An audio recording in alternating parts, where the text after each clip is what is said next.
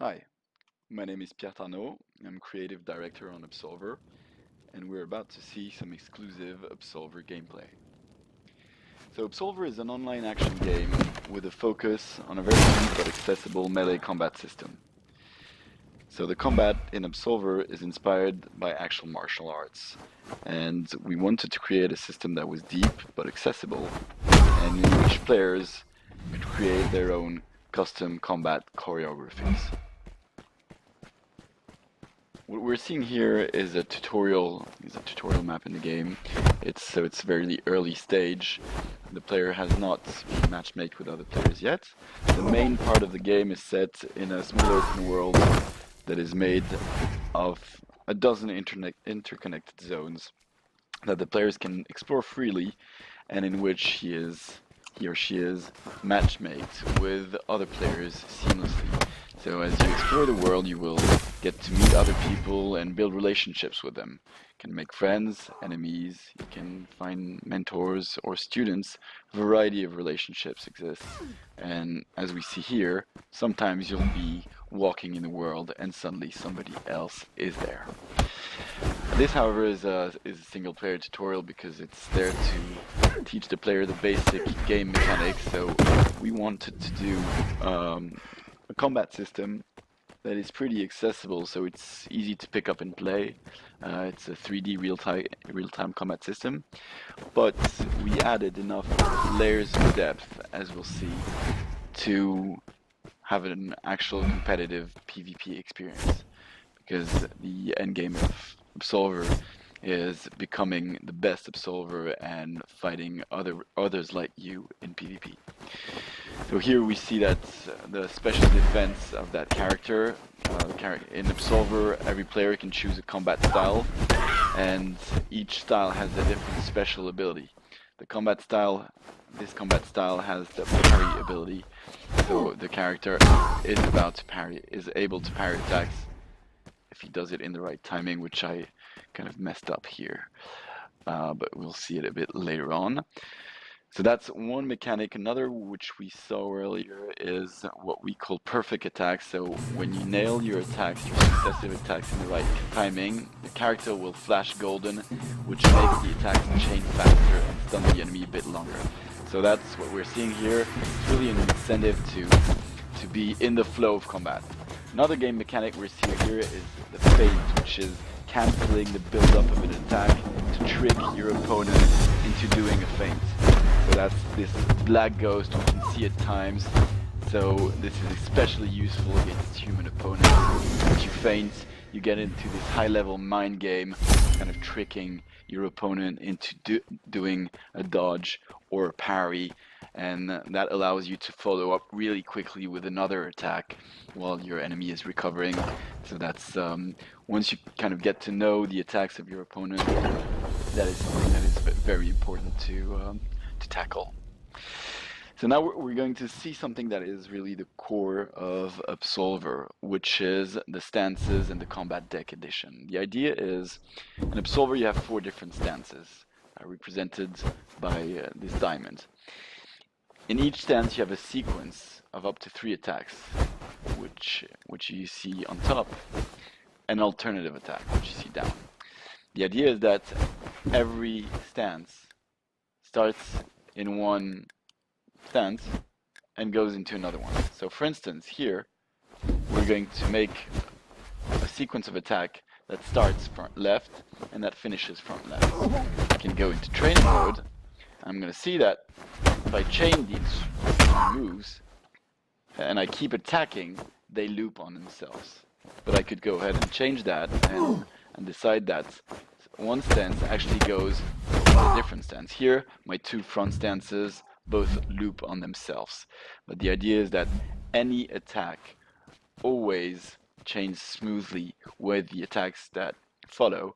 So everything is fluid, everything is dynamic, and the action basically never stops. The same system works with weapons, so the player can pull out weapons as temporary bonuses, and when you take out a weapon, it's just a whole different combat deck that is now accessible to you. Weapons do more damages, but they can be temporarily disarmed. They can bonuses. You can get disarmed, as we just saw here. So pulling a weapon in combat usually gives an advantage to the player, but can also be dangerous if your enemy gets very offensive, disarms you, and picks up your weapon.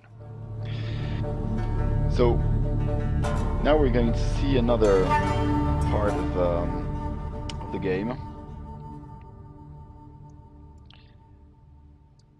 which is a bit later. We're changing characters, and we're going to focus now on the attack learning system, which is the core of how you will create your characters in Absolver.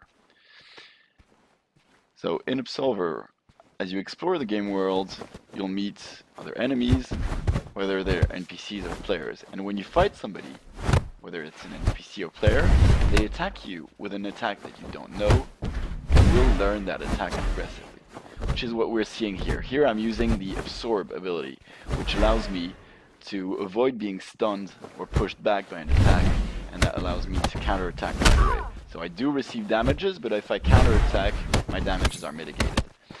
And when I use my special ability on an attack, I'm going to learn it faster. So here I see that I've learned a bit out of 6 attacks, and as you fight different enemies, you will progressively learn more and more attacks. And what you want to do is, sometimes you don't want to beat an NPC right away, but rather try and use your special ability tactically on that NPC in order to learn their moves better. Another mechanic this ties on is a social relationship called mentor-students. So what you can do when you meet another player is ask them to become your mentor. That way, that player will be able to teach you their combat style, and you'll be able to learn attacks faster than you would by fighting regular enemies.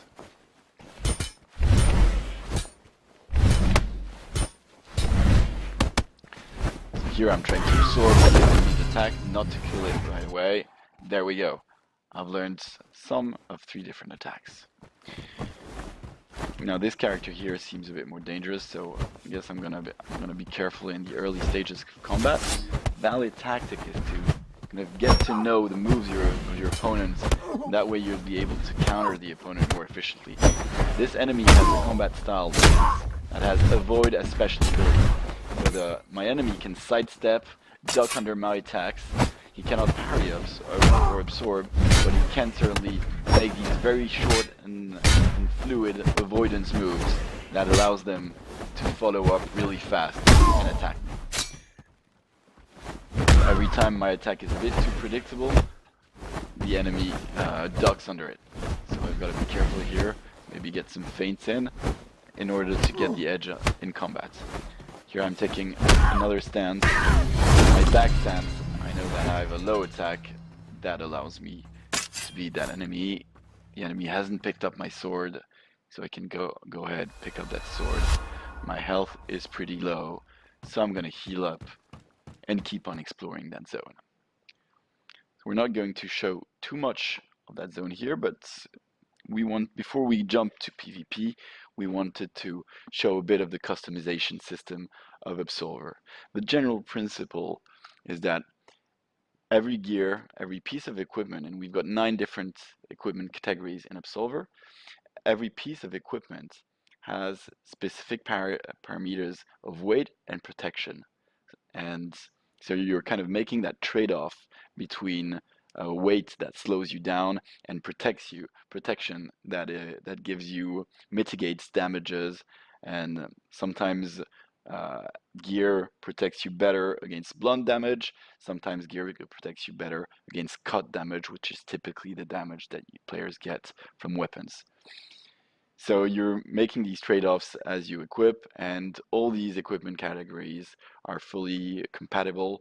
So you're making gameplay choices as well as aesthetic choice, because the look of your character pretty much determines how others will perceive you. And so it's important in an online game to kind of create your persona and show others what your character represents.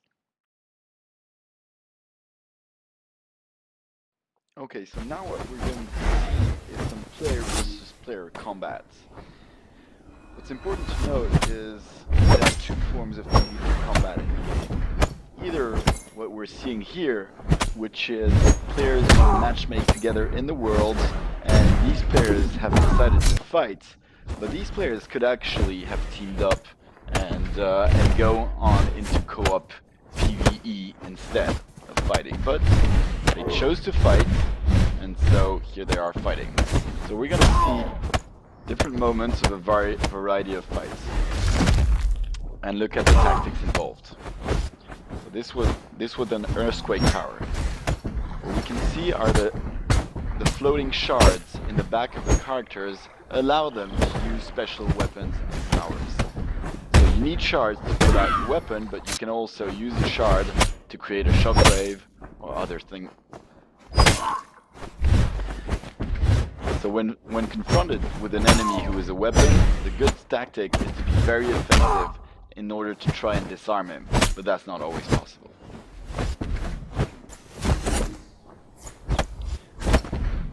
So we have two categories of weapons. This here are the war gloves. The character can change on the fly between war gloves and swords, and as you can see, he can also get disarmed again, and my opponent can pick up his weapon.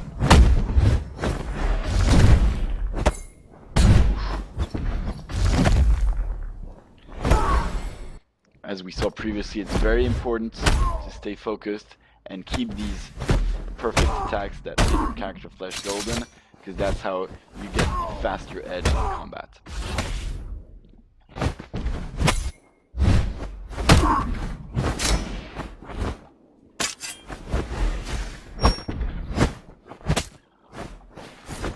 Even though the moves that can be placed in the combat deck all belong to different combat styles, characters can choose to put in their combat deck moves of any style. So you can create something which is a mixed style based on different attacks. Some attacks also have different properties. These attacks that turn you blue can absorb attacks, some attacks can avoid, some attacks can interrupt. That was a nice parry done here, followed by a guard break attack. This is a guard break attack again. We see the character's hand flashing red, and he disarms him. He can pick up his war gloves, absorbing a few attacks, and then jumping right in. But the other enemy has pulled out a weapon, and so the odds have shifted again. This is a Moonpike sword. It's a very fragile sword, so it can break pretty easily, but it inflicts heavy cut damage. But the opponent has pushed me back with a shockwave. Here we see a good use of the absorb power. Sometimes the fight takes place near cliffs or precipice, and this creates a combat modifier because you cannot dodge in that direction. Some PvP maps exclusively focus on these dangerous environments in which players may fall. That was a weapon break, followed up by that big absorb haymaker punch. That finishes up the enemy. So even if an enemy is dominating, as we can see here, if with a succession of absorbs, you can always chain your attacks faster, and if the enemy makes just one mistake, you can always follow up and pick up in combat. The altar here is red because characters cannot interact with an altar when a fight is going on. And there we go. Weapon is picked up, and now the odds have shifted. It's very important to be able to use your special ability in the right timing. This is a move inspired by Capoeira. It's a very powerful kick. He pushes me away. So this will finish it that way. So what we see here are combats that take place in the worlds. But, as mentioned previously, fun combats take place into dedicated PvP arenas. So, From the game world, the player will be able to access special PvP game modes. So there is of course the 1 versus 1 duel, which currently is a best of 5 mechanic, but there is also 3 versus 3 game modes. And this concludes our demo. Thanks for watching.